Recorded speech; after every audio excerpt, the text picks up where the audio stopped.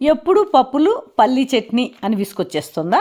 పులుపుకి పులుపు, కారానికి కారం, కమ్మదనానికి కమ్మదనం, కావలసిన కన్సిస్టెన్సీతో ఏ టిఫిన్కైనా అన్నంలోకైనా సూట్ అయ్యే యూనివర్సల్ చట్నీ టమాటాలు ఉల్లిపాయలతో ఈరోజు చేస్తున్నానండి.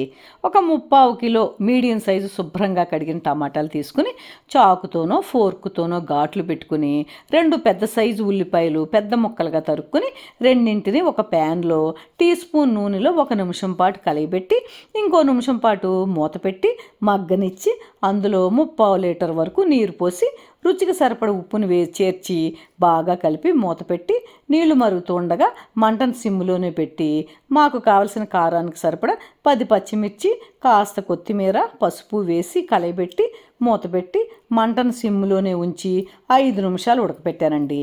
ఉడుకుతుండగానే టమాటాలను బయటకు తీసి సులువుగా ఊడిపోతున్న తొక్కను తీసేసి మళ్ళీ ప్యాన్లో వేసి మొత్తంగా చల్లారబెట్టుకున్నా. ఈలోగా మినప్పప్పు, ఆవాలు, జీలకర్ర దోరగా వేయించి ఇంగు వేసి చల్లార్చి కొత్తిమీర కాస్త చింతపండు వేసి గ్రైండ్ చేశా. అందులోనే ఉడికి చల్లార్చిన టమాటా, ఉల్లి, పచ్చిమిర్చి కూడా మిక్సీలో వేసి మెత్తగా గ్రైండ్ చేసుకుంటూ కావలసిన కన్సిస్టెన్సీకి టమాటా ఉడికించిన నీటినే వాడానండి. ఈ మిశ్రమాన్ని ఒక బౌల్లోకి తీసుకుని పైన గుమగుమలాడే పోపు వేసుకుంటే టమాటా యూనివర్సల్ చట్నీ రెడీ అండి.